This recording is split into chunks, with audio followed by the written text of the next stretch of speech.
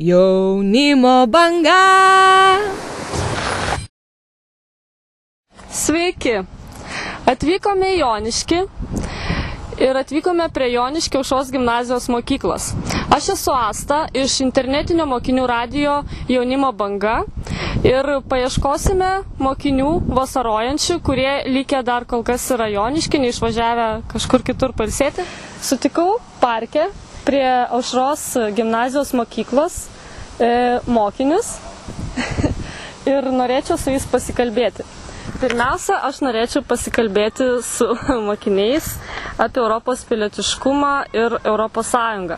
Ką sužinote apie Europos Sąjungą, koks yra jūsų kontaktas su Europos Sąjungos problemomis, su uždaviniais, sprendimais ir taip toliau, kaip jūs su tuo susidurite būtent mokykloje? Pagrindė šiaip yra viena atskira pamoka pilietiškumo pagrindai, kurie dažniausiai kalbam apie Europos Sąjungą, joje vykstančius įvairius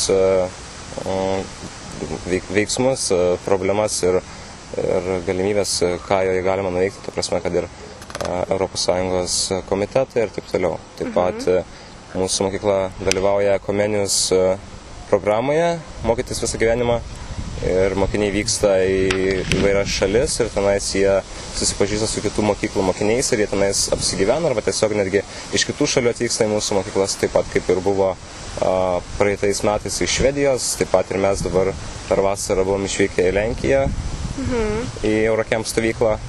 Tai vat ir šiaip su Europos Sąjunga mokykla ir apskritai Lietuva yra labai susijusi, nes ten gauna ir paramą ir ką žinau, tiek.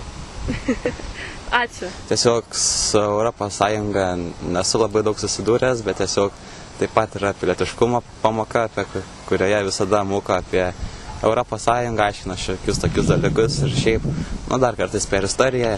Kaip ir mano du draugai minėjo, mums būna mokykloje skirtos pilietinio pamokos. Per jas mumis pažindina su Europos Sąjunga, su jos taisyklėmis, taip pat kas vyksta už jos ribų, taip pat būna tokių klausimų.